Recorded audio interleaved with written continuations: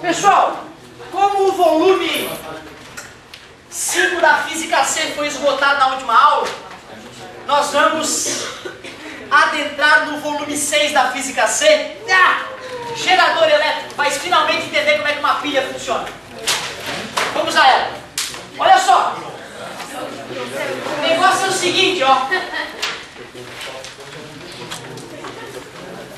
Não fica magoado. Mas quando a gente falava isso aqui pra ti, ó. Uma bateria de 12 volts conecta num resistor de 4 ohms. Calcula a corrente elétrica. Aí bem feliz, né? V igual a F vezes I. Oh, que ridículo que é isso. I igual a 3 ampere. Lembra disso? É mentira. Não, mas calma. Pois é, ó. Fica tranquilo. É uma mentira que não é... ó. Eu só vou contar a verdade, na verdade. Olha só. Olha que bonito, que bonito. O que eu estou te dizendo, meu querido, é que uma bateria, por exemplo, ela não tem 12 volts e pode mandar que eu aguento 12 volts. Não dá. A bateria, ela tem que ter condutor dentro dela, não tem? Tem o polo positivo e o negativo, e a corrente tem que fluir entre eles, não tem? Na química até eles falam, é a ponte salina que faz esse papel, né, de ligar os polos da pilha, não é? Não tem a ponte salina que conecta o ânodo e o cátodo, não é isso? Pois então, já que a bateria é feita de material condutor, e todo condutor tem um pouquinho de resistência, eu vou dizer que essa bateria tem uma resistência interna. Dentro dela tem uma certa resistência. E eu não estava te contando isso. Eu simplesmente te contava uma bateria de 12 volts. Agora eu vou ter que te contar a verdade a partir da aula de hoje. Uma bateria de força eletromotriz 12 volts. Então agora já não é mais voltagem, agora vai ganhar um nome específico. Força eletromotriz, nome justo, né? A força de movimento elétron, força eletromotriz. Então, ó, força eletromotriz, nome bonito. O que é isso? É a voltagem da bateria, cara, é aquilo que tu compra. Qual é a força eletromotriz das pilhas comuns, tu lembra? 1,5 volts, parabéns. Qual é a força eletromotriz das tomadas? 220 volts. Então não mudou nada. Verdade, essa 220 volts é a RMS, né? É a média. É a média com o passar do tempo. A real vai de mais 310 a menos 310, é verdade. Só pela lembrar disso. Empolguei. Agora olha só, o nome daquela resistência, já que ela está dentro da bateria, fica à vontade, é chamada de resistência. Pode ser resistênciazinha, ia ficar um pouco meigo, né? O físico não gosta muito disso. Resistência interna. Porque está dentro da bateria. Interna. Vamos supor, porque assim, ó, vai ser Rzinho sempre, tá? Rzinho justamente isso, que é resistênciazinha. E a Rzão é o de fora. Resistência externa. Força eletromotriz, a gente sempre vai usar o Epson, nada demais. Então imagina que nessa bateria hipotética aqui de hoje, ó, a resistência interna seja 1 ohm. Então qual é a verdade no circuito? Vamos ver. V igual a R vezes I. É 12, continua sendo 12. Mas essa resistência interna, ela está em série com a resistência externa. Porque toda a corrente que passar por ela, passa por essa também, ó. E não é essa característica da associação em série, a corrente é a mesma? Sim. Claro, 1 mais 4 é 5, está multiplicando, passa dividindo. I igual a 2,4. Antes tinha dado 3 amperes, né? Então tu vê, se tu não soubesse dessa verdade, tu ia comprar uma bateria de carro, ia na tua casa fazer uma experiência e ia falar, porra, que mentiroso aquele narigudo do Otávio. E eu não quero isso, não, eu quero que tu entenda o que está acontecendo. Eu quero que tu saiba que quando tu compra uma bateria de 12 volts, tu nunca vai aproveitar os 12 volts dela, nunca, jamais. Nunca. Comprou a pilha de Nunca tu vai usar aquele 1,5 volts, mas nunca, nunca, jamais tu vai usar 1,5 volts, nunca. Esse material perfeito. Legal? Só no mundo das ideias. E como eu estou falando da tua vida, da realidade da tua vida, não. Agora olha só, eu pergunto uma coisa. Quanto que eu estou usando da voltagem dessa bateria?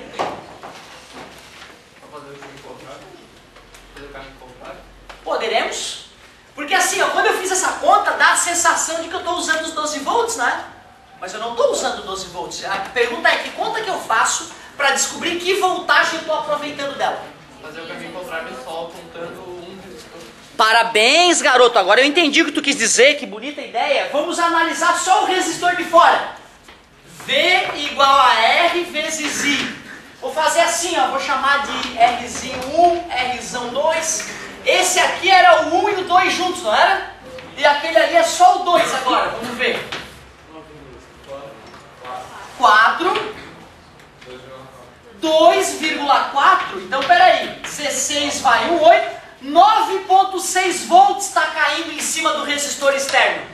Mas eu comprei uma bateria de 12 volts, vou voltar lá no cara, quero saber onde é que está os meus 2,4 volts que sumiram. O cara me vendeu uma bateria de 12 volts, estou usando 9,6, bandido o vendedor. Qual é a explicação?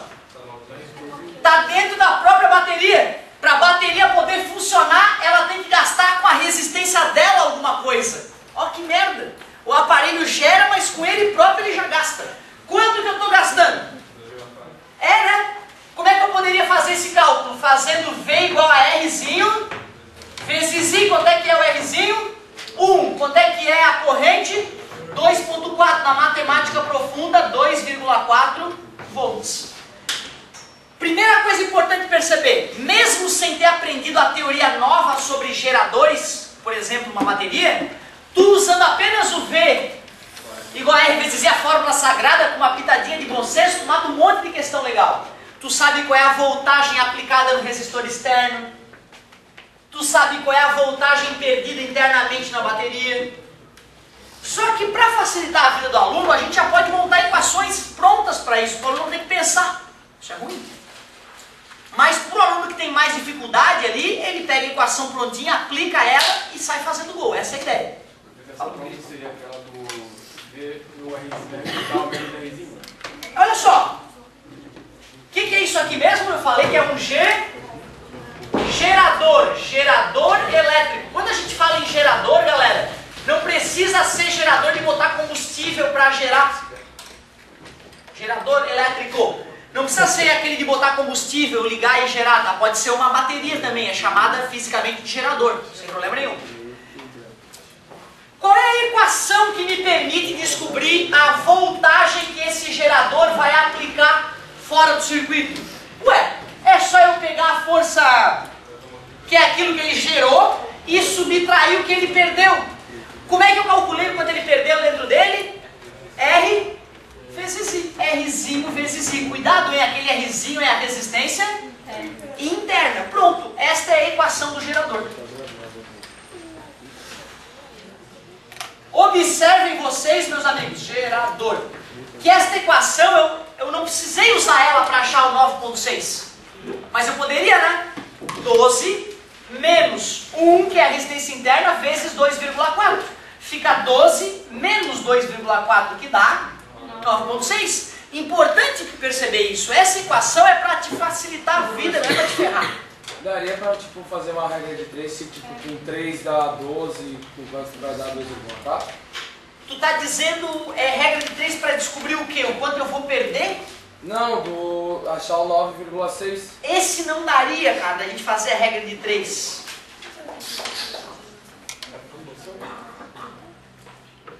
Tá, deixa eu ver se eu estou entendendo o que tu tá querendo dizer. Qual a regra de 3? Qual seria a regra de 3 exatamente? Se com 3 dá 12, que a gente fez antes a conta que com 3 dava 12, com 2,4 vai dar...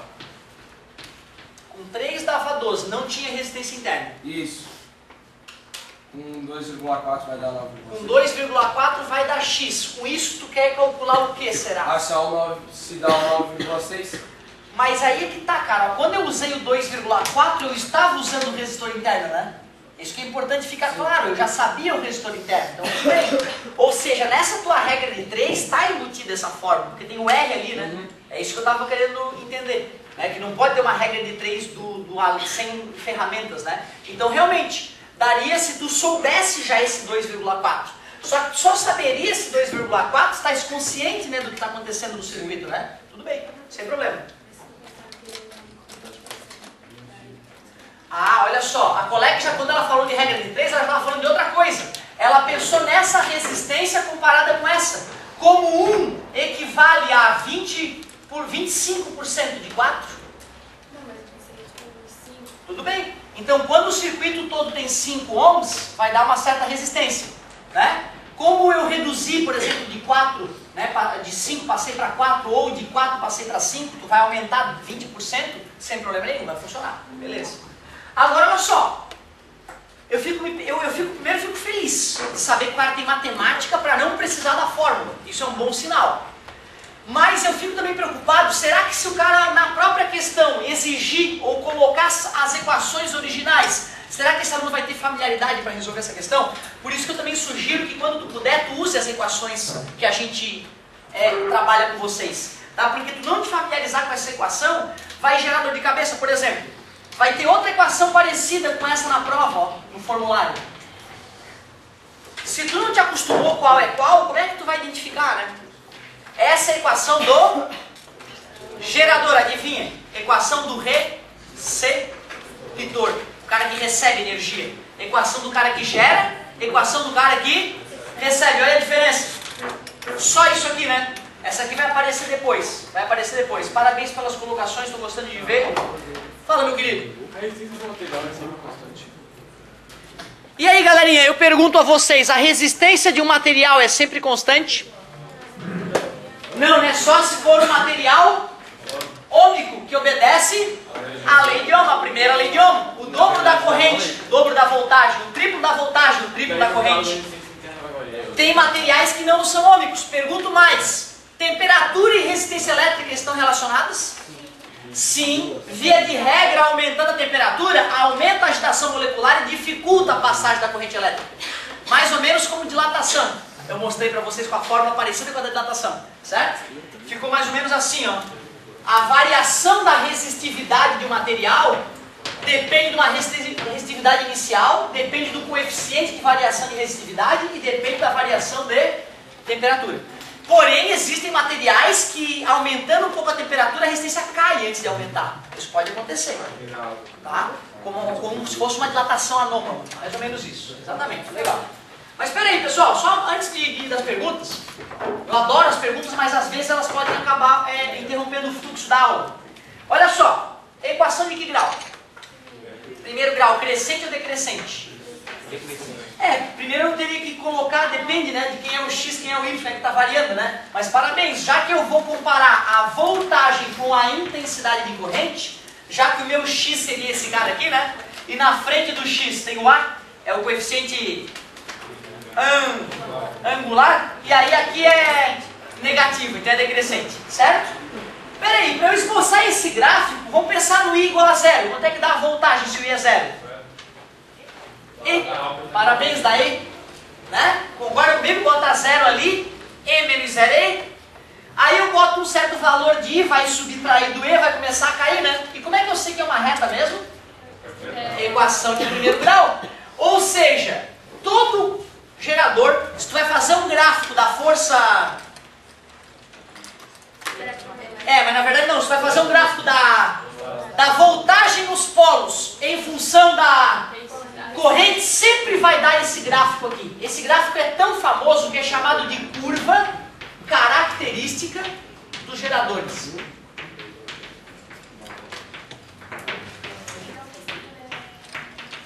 Parabéns! Olha a colocação legal da colega. Como eu coloquei a equação do gerador, do receptor, que era positivo, ela já percebeu. A curva característica de um receptor tinha que ser crescente.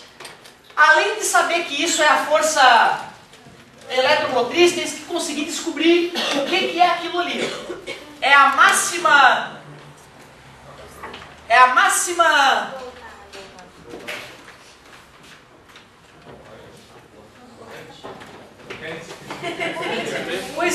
assustador, cara. Não é, porque assim, um ou outro, sabe, eu queria ver a massa. Eu não consigo me conformar como é que um cara da tua idade não percebe que à medida que a gente avança nesse gráfico, a voltagem está diminuindo e o I está aumentando. Isso é apavorante, professor de matemática. É muito, muito triste. Pô, olha ali, cara, o I tá indo pra direita. E olha o V, cara. Oh, meu Deus, como o V tá baixando. Por isso que é decrescente, né? Então eu vou perguntar de novo, que tá se distraindo. O que tá acontecendo ali? É o maior I de todos. É o I máximo. Esse I ele é tão importante que ele é chamado corrente de curto-circuito. Por que será que é chamado de ICC, corrente de curto-circuito? Porque tu jamais usaria ela na tua bateria. Ela faria a tua bateria ser destruída em muito pouco tempo. Seria o equivalente a pegar uma bateria e fazer assim com ela, pegar um pedaço de fio bem grosso e conectar os polos, ó. Cara, vai ser um faisqueiro do cão. Vai e ó, faz rapidinho, tá? Já tira, porque se tu manter o curto, como vai ter altíssima corrente elétrica, vai ter efeito e vai aquecer pra caramba. E como a bateria é toda lacrada e esses gases aquecidos vão tentar se expandir, vai explodir na cara do sujeito, pode matar. Por isso nunca ninguém brinca disso, pegar uma bateria e dar curto nela. O máximo. Não, porque assim, ó, o mecânico, ele faz direto, entendeu? Caiu a chave, caiu o parafusinho lá no motor, putz, ele não alcança com a mão. O bicho manja. Ele vai lá, pega a chave de fenda, que não está imantada, vai na bateria, dá um curto na bateria e ela ficou imantada a chave de fenda. Aí ele vai lá, encosta a chave de fenda no parafuso, ele gruda por magnetismo e ele recupera o parafuso. Tá vendo? O bicho manja, né? E isso assim, ó, qualquer mecânico meia boca sabe disso, que ele dando um curto na bateria com a chave de fenda, ele imanta a chave de fenda e usa ela como imã para pegar uma coisa que ele não está alcançando, certo? Mas não se faz toda hora, vai explodir. Porque quando eu pego um fio sem resistência e conecto dois polos da bateria, eu estou fazendo um curto-circuito. Qual é a única resistência da bateria? É a sua resistência interna.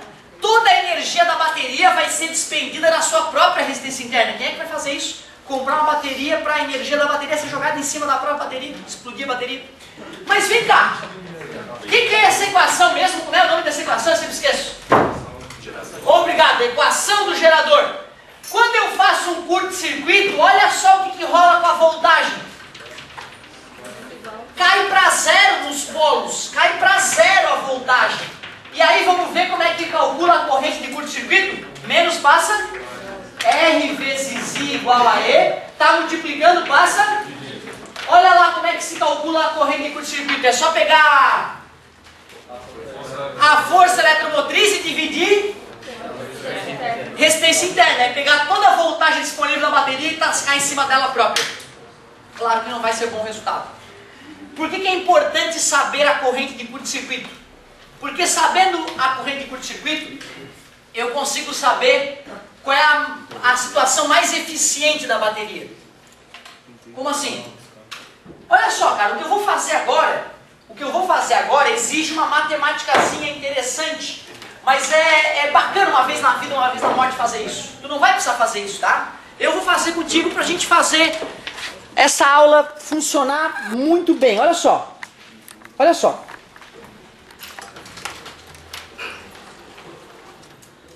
Chegamos a discutir em uma aula a ideia de potência. V vezes I. Discutimos? Até mostrei que já que V é igual, eu até posso substituir e criar outras duas formas de potência, né? R I ao quadrado, concorda comigo? E se eu isolar o I, V sobre R ficaria V ao quadrado sobre R. As três formas de potência na parte de eletricidade que aparecem direto, eu vou precisar delas muito ainda. Bom, olha só. Eu tenho uma equação que me diz a voltagem que a bateria entrega para o circuito. Cuidado, hein, porque isso ali, que é a força eletromotriz, é a voltagem fixa no interior da bateria. Mas não é ela que eu uso a voltagem nos polos, fora da bateria. Beleza? Por isso que fica ligado, hein, quanto maior o I, caramba, quanto mais eu preciso da bateria, menos voltagem ela me entrega. Olha que 12 volts quando ela estiver desligada. Quando tu ligar ela, não vai ter 12. Por isso que eu te falei que tu nunca vai usar os 12. Aí tu compra ela de 12 volts, tu pega o voo, bota em paralelo ou série? Paralelo, voltímetro em paralelo, resistência infinita. Não é isso? Tu bota lá, vai dar 12. Tu vai ficar até feliz, tem 12 volts. Mas eu não vou usar. Só que na hora que tu liga a lâmpada do carro e tu mede, dá 11 ponto alguma coisa. E se tu gira a chave do carro, cara, vai lá para quase 6 volts. Que loucura, hein? Por quê? Porque quanto maior o I, menor. Claro, porque eu estou gastando uma parte da energia da bateria para a corrente fluir por dentro dela própria. Claro que faz sentido, ela tem resistência interna. Mas tu concorda que para a bateria ser o melhor utilizada possível, a potência tem que ser máxima. Se eu descobrir como é que a potência fica máxima, aí eu vou saber utilizar minha bateria da melhor maneira possível. Concorda comigo? Como é que é a voltagem no gerador? E menos R vezes I vezes I. Olha que bonita a fórmula. E vezes I menos RI ao quadrado. Esta é a fórmula da potência. Equação de que grau? Gráfico. Concavidade. Agora eu me arrepiei. O cara que tem essa base toda aí vai dominar o mundo. Pô, o cara sabe que se eu for fazer o gráfico da potência pelo I, fica uma equação de segundo grau, decrescente, com cavidade voltada para baixo. Nós descobrirmos quem é a potência máxima Pmax, nós vamos entender qual é a melhor maneira de fazer a bateria funcionar. Parabéns! Y do vértice. Y do vértice. Como é que acha o Y do vértice? Alguém lembra? Menos delta sobre 4A. Mas aí, olha só, vai dar uma encrenquinha, né? Concorda comigo? Isso, eu acho mais gostoso achar o X do vértice e substituir na equação. Mas espera aí, qual é a corrente aqui? Zero. A corrente ali é a máxima. E qual é a corrente máxima? É o ICC, né? Não tem ICC mesmo? Corrente de curto-circuito. Se quiser falar o nome total, é intensidade de corrente elétrica de curto-circuito. O CC ali é curto-circuito. Então, peraí. Se uma raiz é zero e se a outra raiz é E sobre R, quem é o meio aqui? E sobre 2R, né? Não é metade de E sobre R? Tu lembra que o X do vértice é a metade das raízes? Por isso que a gente pode somar as raízes e dividir por 2 para achar o X do vértice, não é? Já que eu descobri qual é a corrente ideal para a bateria funcionar, eu posso pegar esse I e substituir aqui, né? Concorda comigo? Pmax. Vamos ver como é que vai ficar o Pmax. E vezes, quem é o I? E sobre 2R menos R que multiplica, quem é o I? E sobre 2R ao quadrado. Pmax, potência máxima. Nós nunca mais vamos precisar fazer isso, tá, galera? Depois eu vou te dar um outro caminho muito mais curto. Eu estou fazendo isso para te mostrar como, se a gente usasse a nossa matemática que a gente aprendeu, como as coisas ficam possíveis aqui. 2R menos E ao quadrado. Tu concorda que esse R ao quadrado vai eliminar aquele R ali? Vai ficar só R embaixo, né? Só que 2 vezes 2? 4R. Tira o mínimo comum, divide pelo de baixo, multiplica pelo de cima. Pmax E ao quadrado sobre 2R, né? Concorda comigo? Poderia ser 2 sobre 4, né? 2 menos 1 dá 1. Aqui, ó. Do que depende a potência máxima gerada por uma bateria? Como é que é? Lógico, né? Aqui é 2 quartos. Menos 1 quarto dá 1 quarto, né? Sorte que a colega está atenta e não confiou no que eu escrevi. Óbvio. Tira o MMC, que é 4R, né? Divide pelo de baixo, multiplica pelo de cima, para quem prefere fazer a regrinha clássica. Pergunto, do que depende a potência máxima de uma bateria? Da força eletromotriz, mas adianta ter uma super força eletromotriz só? Não, tem que ter resistência interna baixa. Quanto mais baixa a resistência interna, faz sentido, né? Mais eu vou conseguir disponibilizar essa energia. Para a bateria do começo da aula, qual é a potência máxima que ela pode atingir?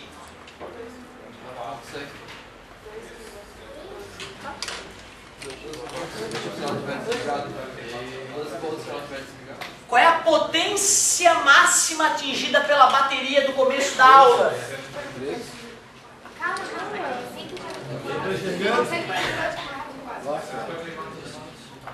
36, escutei. Dividir por 4, a gente divide 2 vezes por 2, cara. 144, 72, por 2, 36. 36 watts. Ih, não dá nem para acender aquela lâmpada da tua casa de 100 watts, cara. Nem aquela lâmpada dessa bateria ia conseguir dar conta do recado. Ela podia até brilhar, mas não ia brilhar com a intensidade total dela. Tá beleza? Então tu vê, ó, simples assim. Se tu sabe a força eletromotriz e sabe a resistência interna, tu pode jogar naquela fórmula e saber qual é a máxima energia que ela pode disponibilizar com o passar do tempo. Certo? Show de bola, eu nem sei se essa aula chegaria até esse ponto. Fala, meu querido. Se a resistência for baixa, não é mais fácil ter curto-circuito, porque essa é mais fácil. Legal, olha que interessante. Se a resistência interna é baixa, o curto-circuito vai ser mais violento. Não quer dizer que vai ser mais fácil entrar. Porque para entrar em curto-circuito, imagina, né? Num carro, por exemplo, tem que haver alguma coisa bizarra acontecendo, porque tem fios bem presos aqui, né? Então tem que soltar um fio de uma das partes, desencapar inclusive e ainda encostar em cima da bateria. Mas é verdade, uma bateria que tem menos resistência interna tem um curto-circuito mais violento do que uma bateria de maior resistência interna. Parabéns pela colocação perfeita. Ô galerinha, ó, falou não, o cara fez um bem honesto, ele só não fez aqui isso que eu fiz. Ele, de algumas apostilas pra cá, parou de vir assim, tá? Antes vinha essa dedução bonita da potência máxima, parou de vir porque eu acho que a galera achava muito pesado do ponto de vista matemático. Ele faz uns outros comentários ali ainda sobre gerador que eu quero fazer. Não que tu não possa arriscar toda a página 50 para começar a se familiarizar, ó. Mas olha só para encerrar. Eu ainda preciso falar umas outras coisas na próxima aula de gerador. Mas como é que é aquela história de rendimento mesmo? Não tinha um rendimento numa outra matéria esses dias? Era lucro. Cara, essa ideia continua valendo, tá, galera? Esse rendimento. Qual é o lucro que eu espero de uma bateria? Qual é o lucro que eu espero? Eu espero resistência interna dela, eu espero corrente, eu espero a força eletromotriz é o que eu comprei. Não é isso? Quando eu compro uma bateria de 24 volts para um caminhão, por exemplo, é o investimento que eu faço, né? Eu queria esses 24, mas eu só aproveito a voltagem. Por isso que o rendimento é V sobre E. É o que eu obtenho dividido pelo que eu invisto nela. Essa fórmula vai te ajudar a matar a tua tarefa, que é a página 50. Muito obrigado pela paciência e pela atenção.